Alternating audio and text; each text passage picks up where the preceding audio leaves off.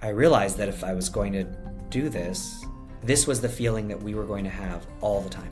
And that somehow I had to change my mindset from fearing that to embracing it. Hey there, I'm Julie. Welcome to Uncomfy, a podcast about sticking with moments that challenge us.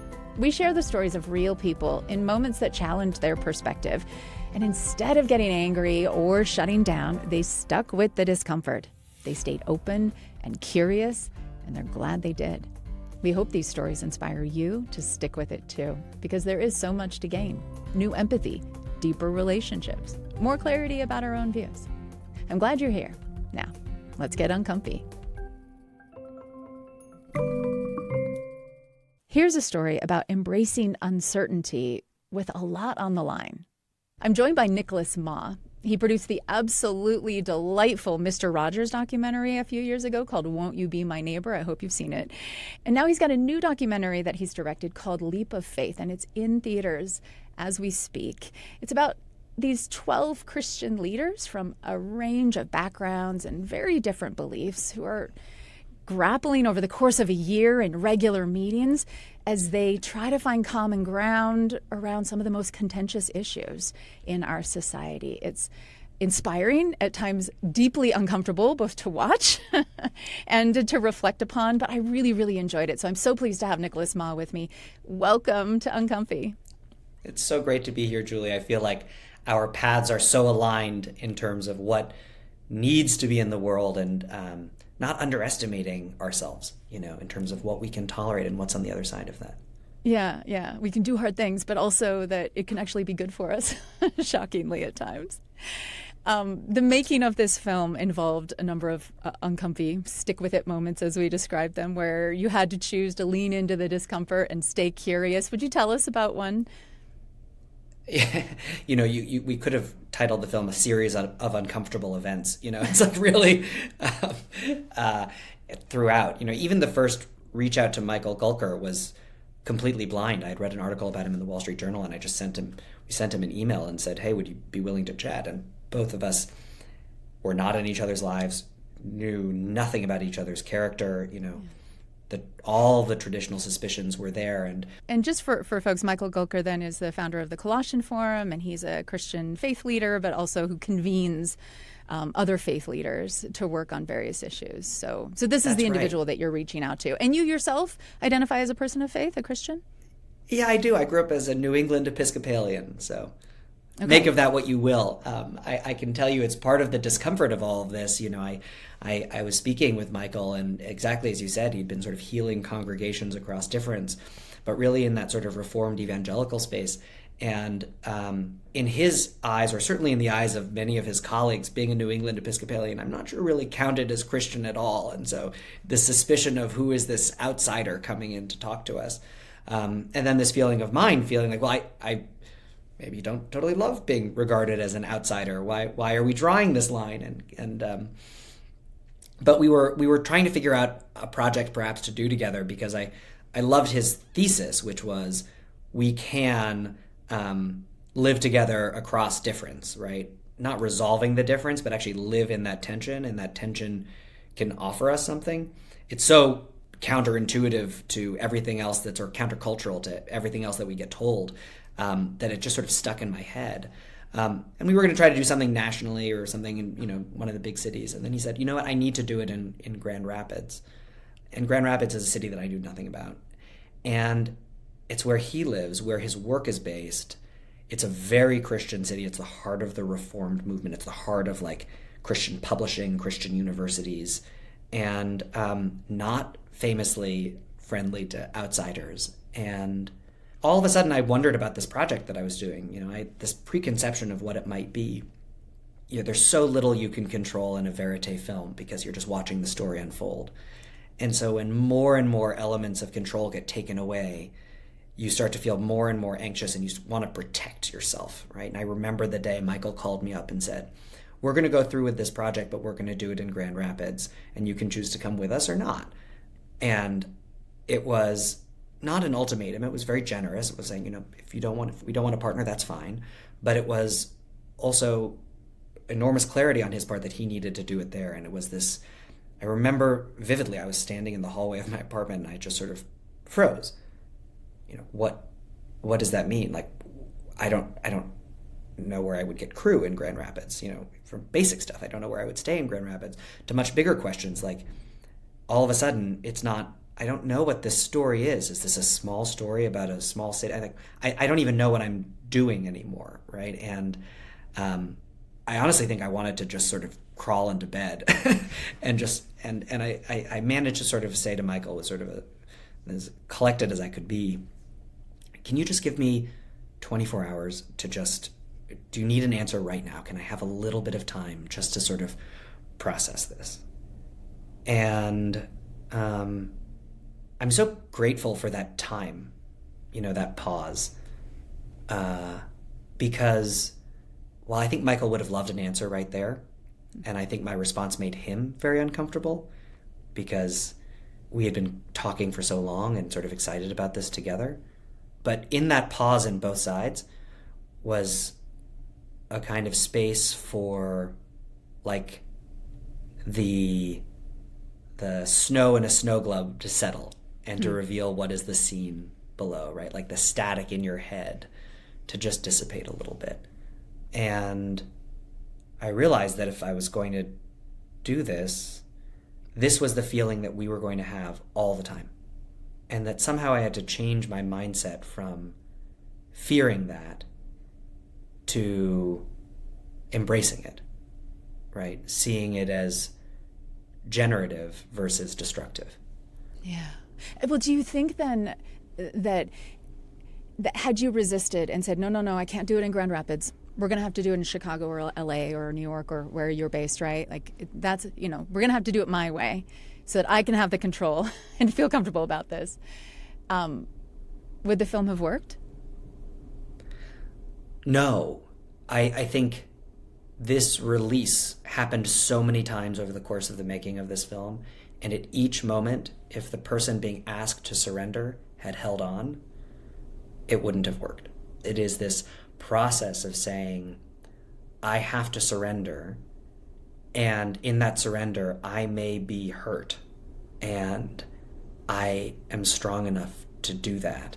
And in fact, it is a cost, but a cost that comes with its own extraordinary rewards as well. And I think that's the thing about it, about surrender. You don't know that in advance. You can't know that in advance. But I'm so grateful that everyone made that, took that leap.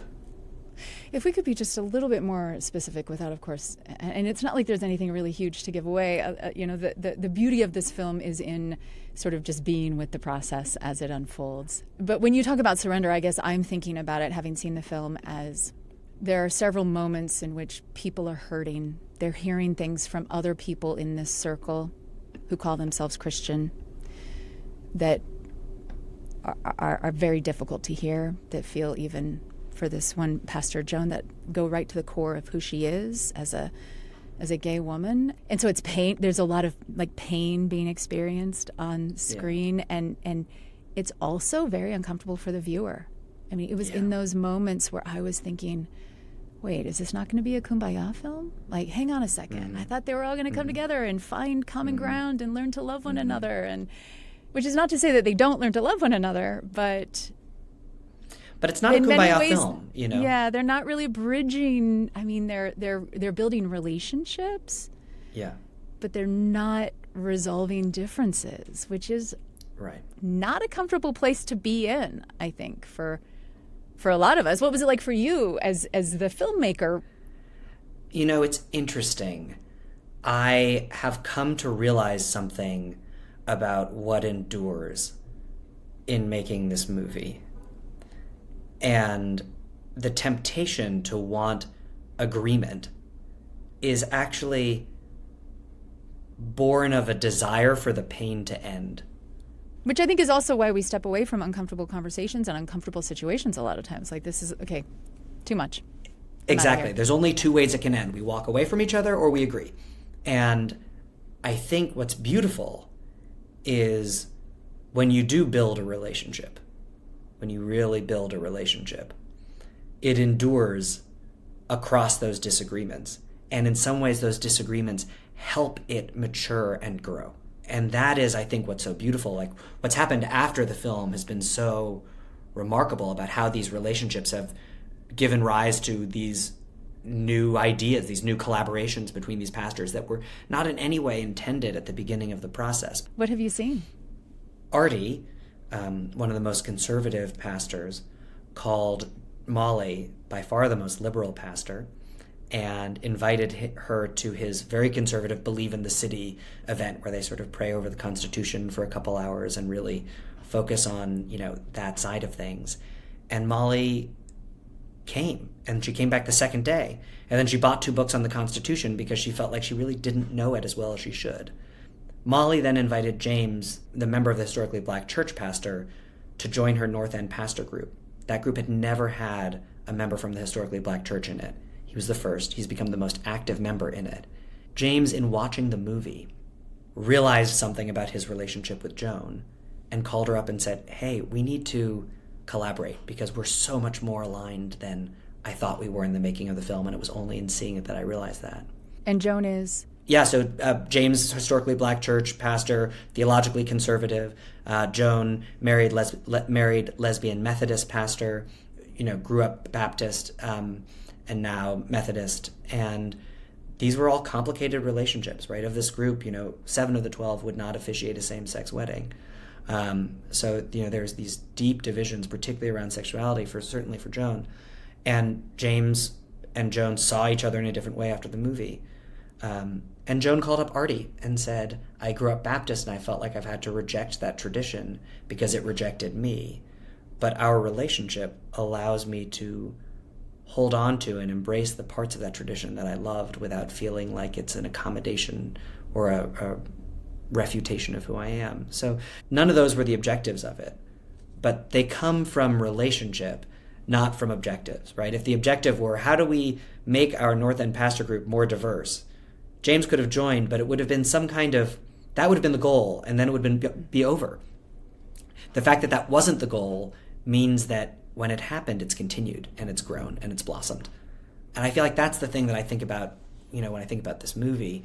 And maybe this comes back to your point. I mean, it's so interesting how our work is so aligned. We have this temptation to say, okay, well, if the extreme right and the extreme left can't ever get along, then it's impossible. And I almost think we need to think about it from the opposite vantage point of saying, are there 3 relationships in your life that you want to love across better and could love across better? And if so, can you do that today and do it a little bit more tomorrow? And I think almost anyone can say yes, right? And when I think about these 12 pastors, that's what they did over the course of a year, is try to say, okay, can I learn to love you a little bit better today than I did yesterday and a little bit better tomorrow? And the results are extraordinary. But you have to have faith that those results will come, right? Faith with a lowercase f. You can't sort of aim for it, because if you aim for it in some funny way, it's more hollow. And if you don't aim for it, if you just say, I want to love you, what comes of that is beautiful. So what was it what was the film you thought you were making? Or why did you want to try to make a film, some sort of documentary about faith leaders? I mean, coming out of Won't You Be My Neighbor, I think all of us were struck by how Fred Rogers took his faith tradition, expressed it in universal terms, and somehow spoke so specifically to so many children. He was a Presbyterian minister who never mentioned God or faith in any of his work, but his belief that every child deserves to be loved and to know that he or she is lovable and capable of loving is directly from his faith tradition. And the question at the end of every screening was always, where are the Fred Rogers of today? And it was sort of always a bit of a wet blanket, because the answer was, I don't know, maybe, maybe we can't have nice things. And I think Fred would have sort of scoffed at that probably. And in seeing Michael, I realized, wait, there are a lot of people that are trying. It's just a lot harder than it looks. It's a lot harder than it looks, but not impossible, and it's worth it. And in a moment where I think loneliness and anger and cynicism are so pervasive, the movie sort of swims upstream from that and says, well, we can make different choices, and we can experience something really beautiful if we do. Which I have to believe is your hope for audiences who view this film. And if I could quote one audience member who was actually cited in your press materials, who also happens to be your father, the famed cellist Yo-Yo Ma. He said that this film moved him to dive into difficult conversations that will begin to heal the fractures in our communities, and to ask, how can I better practice that most fundamental call, love thy neighbor? What has it been like? I don't even know what to ask other than your dad is Yo-Yo Ma. And so, which people idolize. And he's done so much, in terms of like cross-genre and promoting understanding of classical music and also different cultural types of music with the Silk Road Ensemble. So, I don't know, were you surprised to see his response to your film? In some way, his parenting of you, has that inspired the way that you're thinking about these issues, about understanding and caring for one another? I think the film's brought us closer. I think there's always this fear when you have a parent who's extraordinary, that where's the space for me, as if somehow it's a zero-sum game. And you sort of get mixed up on where do you chart your own path and where are you stepping in someone else's footsteps, and all of these questions. I think this film has been so clarifying for me about what's important to me, and came from such an unexpected place, coming back to the Uncomfy bit, coming from Grand Rapids, Michigan, a place I'd never been, and a place I wasn't expecting to get taught a lesson from. But the fact that that lesson is at the core the same as what motivates my parents is beautiful. And again, that reminder of, oh, okay, well, we're actually pursuing the same thing. We're doing it in very different ways, but I don't need to feel like that goal, that hope, is any less mine than it is his. And in fact, the fact that it's shared is what's beautiful. I think about it all the time growing up, going to his concerts. You'd look around and you'd see people at the end of a concert. You don't know who they are. You don't know what they're thinking, but you can tell that they've been moved. And I think in some ways that's my hope with this film, that while we all come in with so much different cultural, contextual lenses through which we view the world, if you get to something that's really true and really deeply human, and I think these pastors were so generous and brave in doing that, we can all find ourselves moved, and we can look to our right and look to our left in a movie theater and say, I don't know who you are, I don't know what you're thinking, but I know you were moved and I was moved.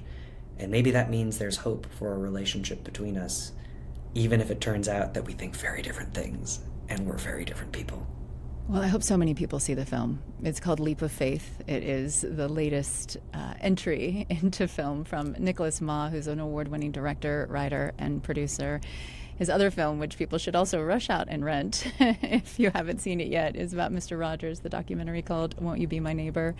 Nicholas Ma, what a treat it has been. A delight to speak with you. Such a pleasure, Julie. I'm so grateful for the time.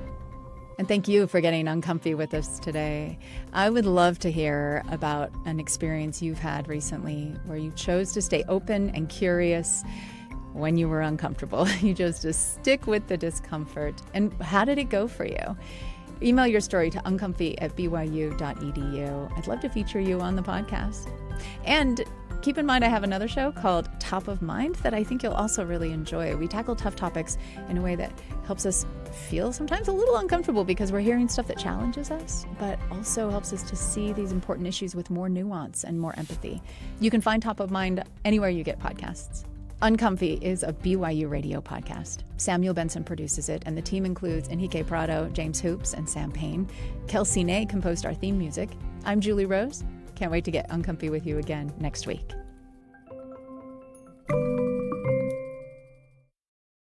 It's Julie. Hey, one quick thing to mention to you. I would love to recommend a podcast called In Good Faith. It's from the BYU Radio family of podcasts. It's hosted by Stephen Cat Perry. And this show is all about connecting with believers from various religions. On Uncomfy, we're looking to have hard conversations, and it doesn't get harder than talking about religion when you have different traditions and beliefs. And this podcast is just so cool because Stephen talks with people about their own personal faith journeys, people from all walks of life, Christians, Buddhists, Jews, Muslims, many, many more. And it's a chance to hear their stories in their own words. And I always come away with a deeper understanding both of their faith and of my own faith in listening to these conversations. Plus, Stephen's just a really well-traveled guy, so his unique global perspective adds this really great richness to every conversation. So check out In Good Faith. You can listen on all the podcast apps, and I'd love to hear what you think about it.